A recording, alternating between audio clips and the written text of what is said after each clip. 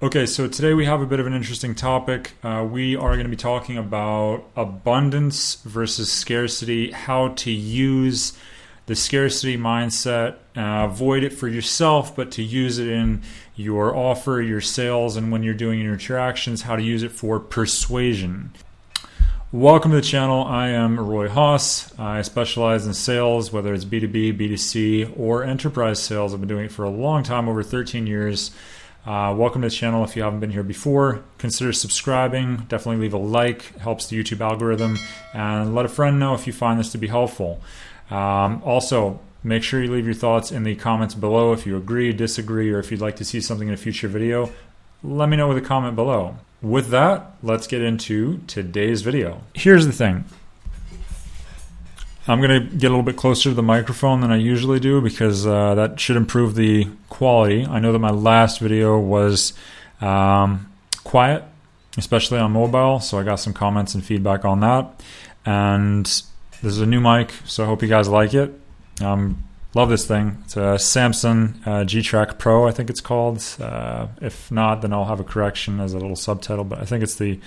Oh, it says it right here. Yeah, Samsung G-Track Pro. Awesome mic. Highly recommend it if anyone's interested in doing a podcast.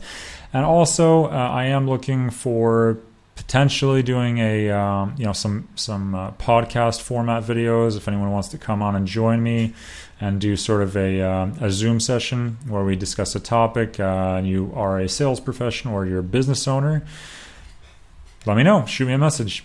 Abundance and scarcity. When and what are they? Right? When to use them and what are they? Well, the whole idea with the abundance mindset is that you don't have any shortage of anything. You're not wanting, or you just have everything that you need more or less, and it's not a problem of you not getting something, right? So you're okay with everything the way it is. You have money to blow. You have time to spend. You have more than what you need. And you can give it out to others that maybe have less. That would be the idea behind the abundance mindset. Think of it being like you have a wallet full of money, or you just have a bag of cash, and somebody comes up to you and they say, well, this is $50. This dish of pasta is $50.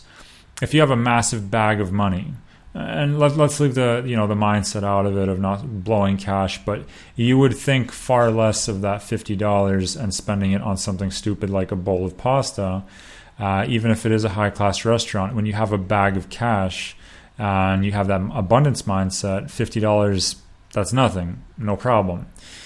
Then let's look at the scarcity mindset. If those are your last $50, it's a big freaking deal. You have a scarcity mindset, and you would never in your wildest dreams think about spending $50 for some pasta when you can go home and make your own, get some ramen noodles or something like that, right?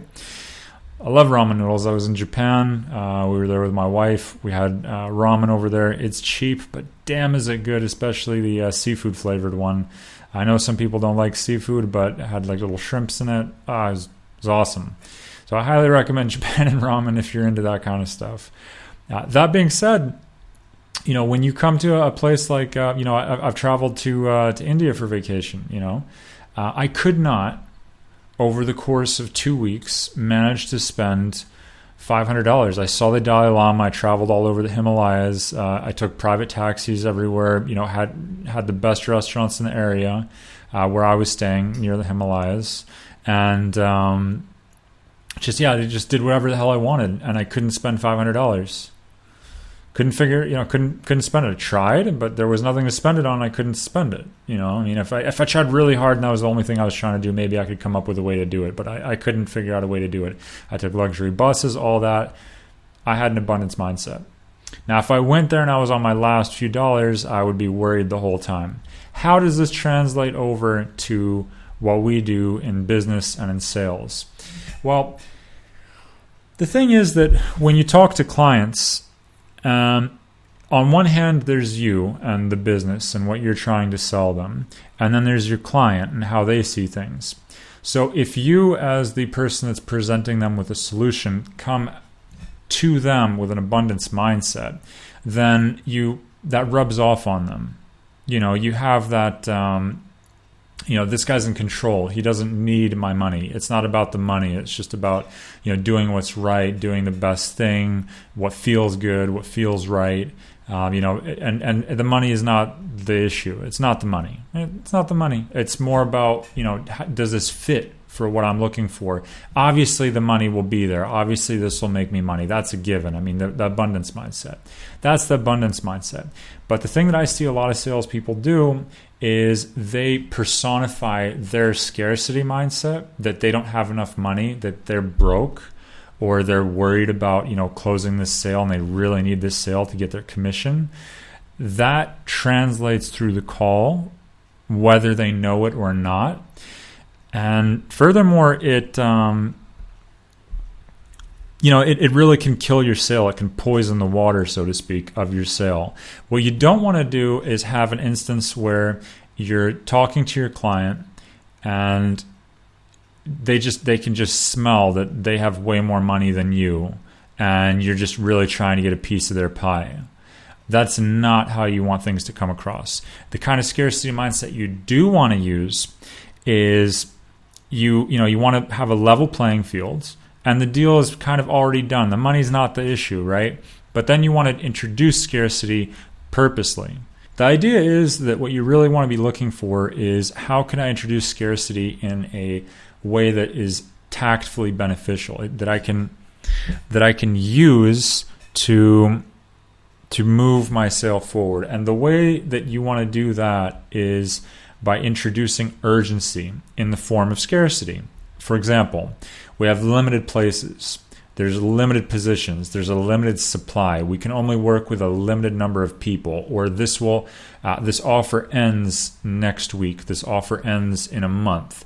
Those are all forms of scarcity, and they create a scarcity mindset. When people act in that scarcity mindset, and maybe even against their best judgment in some cases, if the scarcity mindset is strong enough, which is why you always want to make sure that you're not in a scarcity mindset, because in an abundance mindset, you can make clear decisions. You're thinking logically, and you're not thinking from a primal need. There's a limit, or there's a finite amount of something, or there's not enough of it. That is not a position that you want to be in as a salesperson or as a business owner. You don't want to be in that kind of a position. You want your client, in some cases, to have that kind of a mindset, but obviously not in terms of their money. They just might be thinking like, okay, I really need this I need help with this. I really need this to work. There are certain forms of scarcity or scarcity mindset that you want in your clients. But what's really important is that you want to be clear-headed. You want them to be sort of clear-headed in a way, but you want to introduce urgency. Without urgency, it's hard to close sales.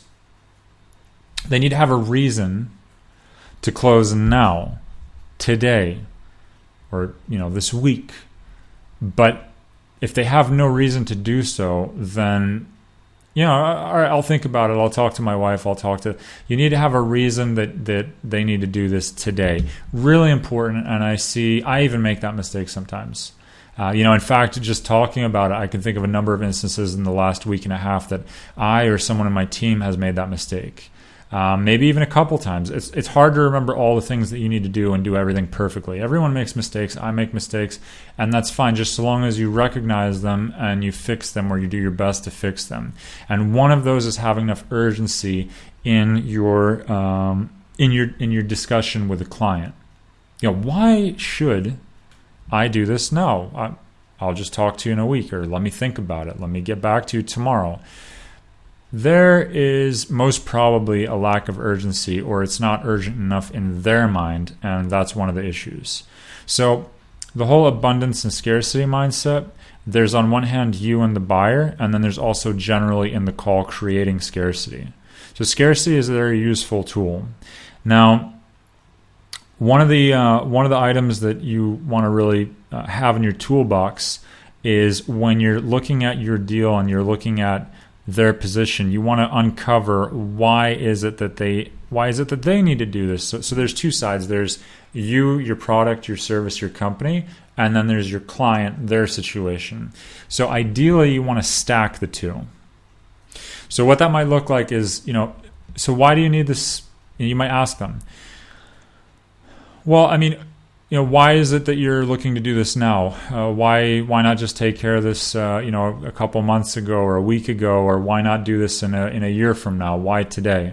Well, because if I don't take care of it today, then we're going to lose a lot of money, or we're not making enough, and we won't be able to afford so and so. Those might be reasons. So you want to use that and add that ammunition, so to speak, to your chest of weapons, or whatever it's called, your ammo box, however you want to refer to it. But you want to add that so that you can use that. At the same time, on your side, stacking.